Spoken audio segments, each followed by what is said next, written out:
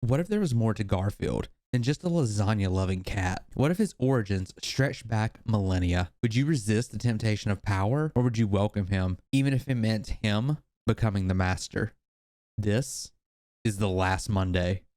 Sammy finds himself at 711 Maple Avenue. He finds a talking cat, one we'd recognize as Garfield, on the porch of the house. "I've lost my key. Can you help me find it?" he asks in a friendly tone. Sammy agrees and looks around outside.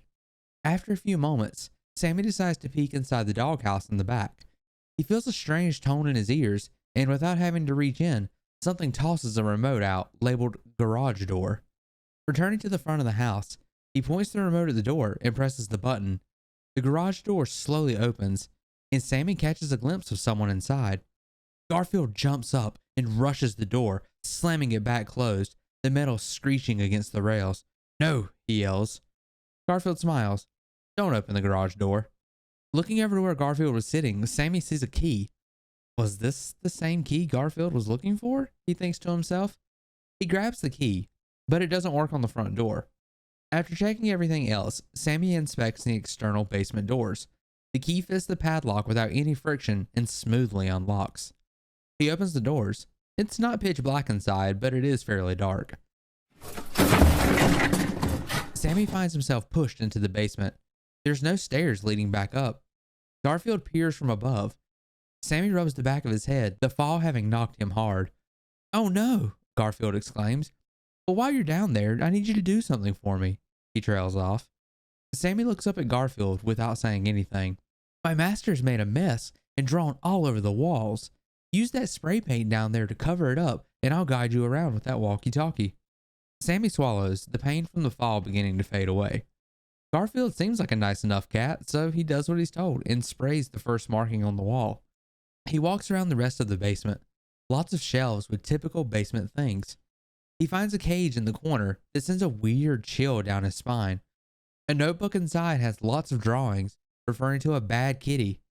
Did Garfield draw these? Sammy finds another symbol and sprays it. Garfield radios in.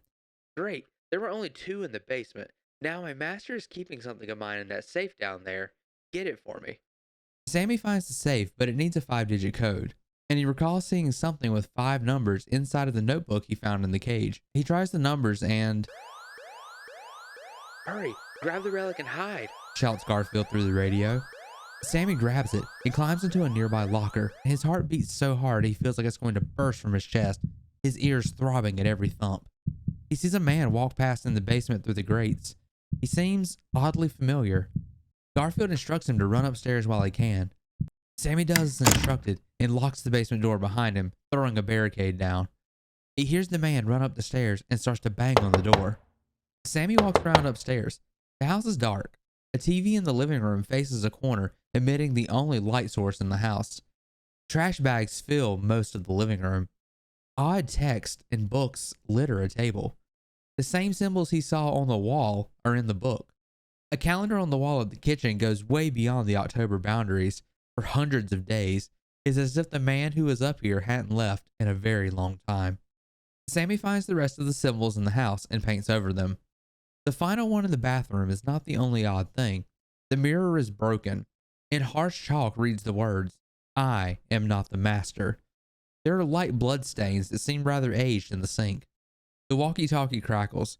"Good. Now throw that relic in the oven," instructs Garfield. "The oven?" Sammy asks. Garfield doesn't respond. Sammy walks into the kitchen, the TV now emitting orange light, and the oven currently in flames. His eyes are engulfed by the bright light. He throws the relic inside the oven, and his vision adjusts. He's in the house. It's daylight. The house is clean and mostly a tidy order. Garfield sits on the chair in the living room watching TV. "Put the lasagna in the oven," he instructs. Sammy feels confused, but somehow everything still feels normal. Take the lasagna out when the timer's up and put away your toys in the meantime. Sammy does as he's told, similar to how a child does chores assigned by a parent. After putting away most of the toys, he sees a familiar item on the counter. Didn't I see this earlier? He's probably just confused, he thinks to himself. He grabs the relic to put it in the toy box with the other items. He puts it inside, and his vision is momentarily blocked by flames. He blinks and everything is normal. He rubs his eyes. still normal. That stupid dog has been digging in the yard. Go see what he's buried, calls Garfield from the living room. Sammy goes to the garage and grabs the shovel and goes outside. He digs and finds a variety of items: a stick, a ball, a newspaper, and a corpse. His vision cracks. The house is on fire. You burned the lasagna, he hears from Garfield. John awakes in the driver's seat of the car, the cat-shaped relic on the dash. Where are we? He says out loud. Our new home, it responds in his mind, echoing across his consciousness. It's an old-looking house on a relatively empty plot of land. How long are we staying here? How long was I out? John questions the voice. It does not respond. He exits the car. The air feels heavy. John looks around. He sees an old truck on cinder blocks covered in battered paint and rust. He looks inside and notices a revolver. A gun just laying around seems odd, so he takes it with him and looks inside the house. The house is a little run down, but it's not in a terrible state. Whose house is this? John calls out. It's ours now, the voice responds. No one is coming back here. John recalls seeing a bloody shovel in the backyard. What does that mean? John questions the voice. How long was I out? What did you make me do this time? John demands answers. The relic continues to not respond. John goes into the bathroom and looks in the mirror. He notices specks of blood on his hands. He looks closer in the mirror, bags under his eyes. He blinks and finds himself screaming, blood pouring from his mouth. His clothes gone. He feels intense pain in his head. He looks into the sink and sees pliers, the sink clogged with blood, and what he can clearly see is a tongue. The mirror shatters. You are my servant, booms the voice. You will not question your master.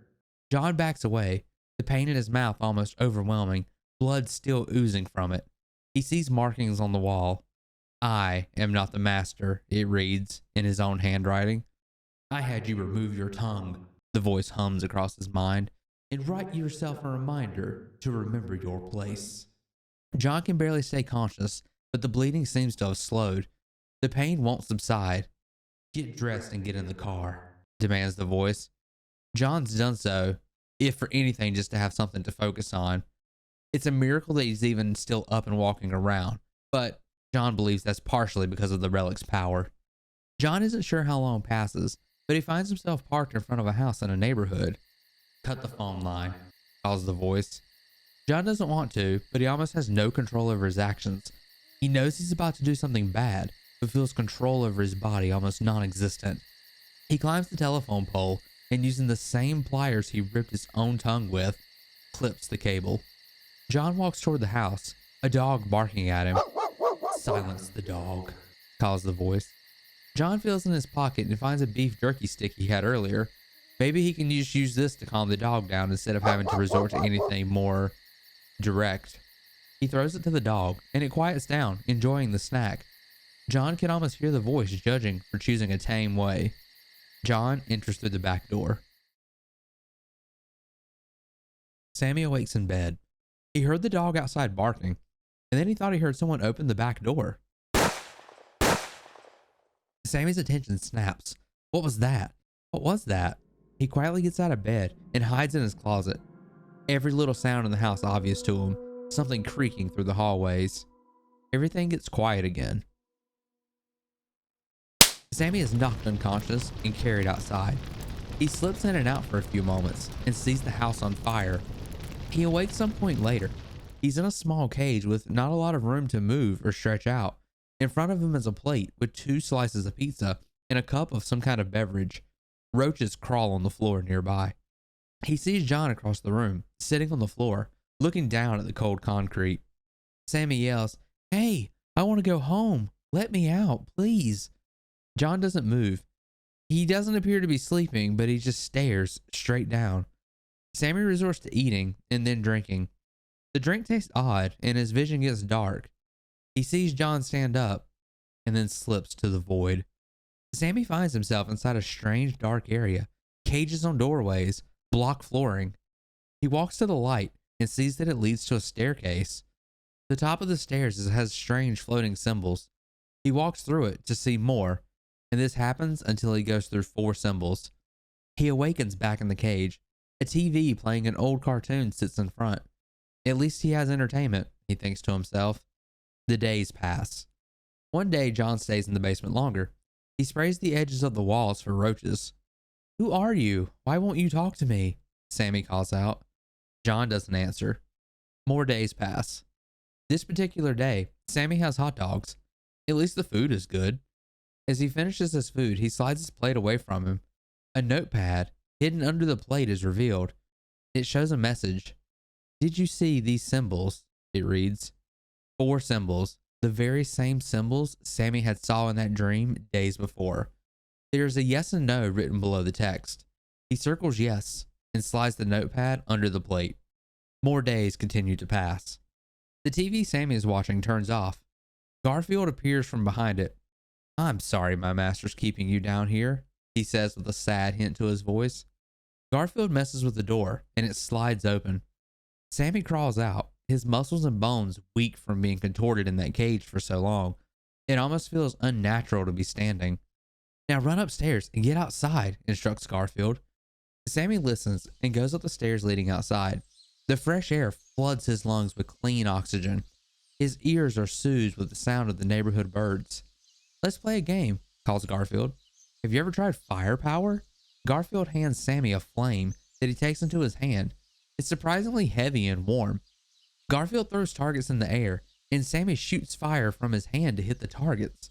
They shatter and crumble to the ground. Garfield compliments his skills and has him try a maze with little lasagna enemies. Sammy wanders the maze, using his new firepower to attack monsters, and eventually finds a tower in the middle, with Garfield and a dog standing by the doorway. Sammy gets close to the door, but his vision cracks. It's nighttime. He's at a gas station. He walks inside the gas station and looks around. No one is here. He goes into the back room and sees one of the lasagna monsters from the maze. He hesitates, but uses his firepower on it. A ringing erupts in his ears. Sammy looks down at his hand. He's holding a gun. He drops it abruptly. The monster in front of him is a man wearing a gas attendant outfit. The ringing in his ears is deafening, with no sense of stopping. He can hear the car honking from outside. He runs out the door. Sammy sits in the car, unsure of what has happened. He had firepower. He was fighting monsters. Where did the gun come from? Where did the gas station come from? Was he hallucinating? Or was he tricked? Sammy wakes up the next day. It's the middle of October, according to the calendar. Garfield is sitting in the chair by the TV. "My master is hiding a surprise for us in the garage," he claims. Sammy knows what to do without being told. He walks to the door in the kitchen and enters the garage. As soon as Sammy crosses into the garage, he feels something ripped from him. He looks down and around. He's fine, no injury. The air in the garage is lighter. His thoughts are quiet. He looks around the garage. 4 familiar symbols on 4 adjacent walls. Sammy walks over to the table. A large book is open.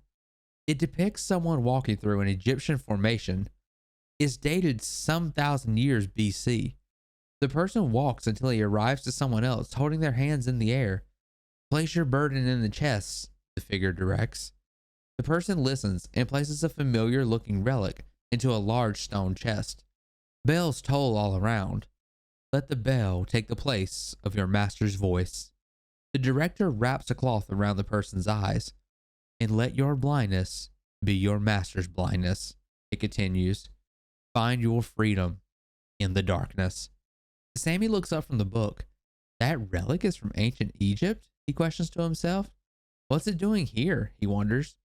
The rest of the book seems to be John's diary.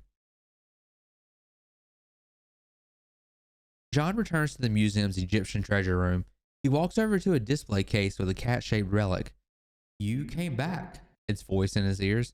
"Of course I did," John replies. "I found the keys where you said they'd be." "Open the case," instructs the relic. John peers at the relic through the glass. "And then you'll share your power with me?" he questions, indicating that they have had a discussion before. "As soon as we get out of here," the relic promises. John slides the key into the lock and opens the cage. He grips the relic in his hand, sending strange vibrations up his arms. He leaves the museum before anyone can notice. Time passes. John finds himself driving in the snow. The relic had instructed him to go this particular direction. He pulls over to the side of the road. "Why are we stopping?" demands the relic. "I've been driving for 2 days straight," John complains. "I need to sleep." The air vibrates, almost as if the relic didn't like that answer. "Let me take over for a while. I'll share my power with you." John's vision blurs, then to black. In his dreams, he sees a prison and an open doorway leading to a staircase with strange symbols. April. John wakes in the middle of the night. The relic scolds him. "You're supposed to be asleep." "Who's down there?" a voice calls. John looks at the walls and his own hands, all covered in slick, dark blood. September. John and the relic arrive to the new house. Sammy looks up from the book, gears in his mind turning. Everything's starting to make a little more sense. Sammy goes through the garage door back into the house. His mind immediately erupts. The heavy thing ripped from earlier reappears. Garfield is in front of him, angry. "What is in the garage?" he screams. "What is my master hiding from me?" Everything is too intense, and Sammy falls backwards into the garage, becoming lighter again, and passes out. He awakes some time later, scared to enter the house again. He steels himself and walks back inside. There's a note on the counter for him, along with a cassette player and headphones. "You must be very afraid and confused," the note reads. "I never wanted to hurt anyone, and I know that you didn't mean to hurt anyone either. The voice that made you do those things used to make me do things too. But now that it talks to you, it can't control me, and I've learned how to stop it. At the end of the month, when the stars align, we can destroy it. Until then, you'll have to stay inside the house. Put on the headphones and play music to keep the voice out of your head. Whatever the voice says or shows you, don't believe. It only wants to hurt people. I'm sorry. John." Sammy starts to understand. He does as instructed. The music is soothing. Sammy finds more notes left for him, including one that says he'll need to be timed out if the voice takes over. Sammy swallows a lump in his throat. Sammy resolves himself to sleep. It's been a long day after all. John leaves him with a notebook and crayons. He spends most of October doodling and watching TV. He doodles Bad Kitty references a lot. "That's not very nice," comes a voice. It sounded like the TV. He looks up to see Garfield on the screen. "Go away," screams Sammy. "You made John and me do bad things." "What do you mean?" Garfield responds calmly. "I wasn't there when my master came to your house. I wasn't at the gas station, but my master was. Come play outside," calls Garfield. Sammy feels heavy tingling throughout his body. He gets up and walks outside. He sees himself atop a tower, similar to the one he saw in the maze, firepower in his hands again. He fires at monsters that appear between them. He's almost in a state of bliss, playing a video game. His vision reds, and he finds John above him, dragging him on the ground by his shoulders. He feels like he was just smacked in his head. His consciousness cuts. Sammy awakens in the cage. John hands him a note. "What's the last thing you remember?" it reads. Sammy recants watching TV and then seeing Kitty on the TV. John, not able to talk, writes a reply. "Who is Kitty? Aren't you Kitty's master?" Sammy answers. Garfield did refer to John as the master a lot to him. John informs Sammy not to trust Kitty. Is the voice playing tricks? Sammy nods, his head still hurting from before. John instructs Sammy to put on a blindfold if he sees Garfield again. At this point, you've probably noticed that the relics only appeared in Garfield's form to Sammy, likely to appease to his child state by being a cute, friendly cat, instead of just the monstrous, thrumming voice that rings in John's head. October 30th. Sammy continues to doodle in routine. That was the deal. On the 31st, they would be free. Sammy looks at his page. He notices numbers he didn't write before. "Open the safe," calls a voice. Sammy stands up, heads to the basement. His movement's feeling easy, almost as if he's not even using his own body to move. He doesn't even have to think about the numbers. They're just there. The safe opens. Sammy finds himself in the clouds again with Garfield. He has firepower again. He climbs the cloud stairs to Garfield. He briefly sees a monster. The clouds disappear. His ears ring. John is in front of him, holding a gun. Sammy can't think. The ringing increases. and he stumbles backwards. The voice returns. It booms at a level John had not heard before. You thought you could read a few books and understand a god? It yells. Your sigils may protect the house, but the sacrifice that child has unshackled me. The TV glows red. The sky outside is red like it's burning. You thought you could destroy me when the stars align? Then I'll just take the stars from you. You'll see the child again, by the way. Again and again and again until I take back what is mine, says the voice calmly, almost with a sense of amusement to it. John stares at the TV. Sammy finds himself at 711 Maple Avenue. He finds a talking cat, one we'd recognize as Garfield, on the porch of the house. I've lost my key. Can you help me find it? He asks in a friendly tone. It doesn't even seem familiar, even though it's been 375 times already. I love playing with my food, Garfield says.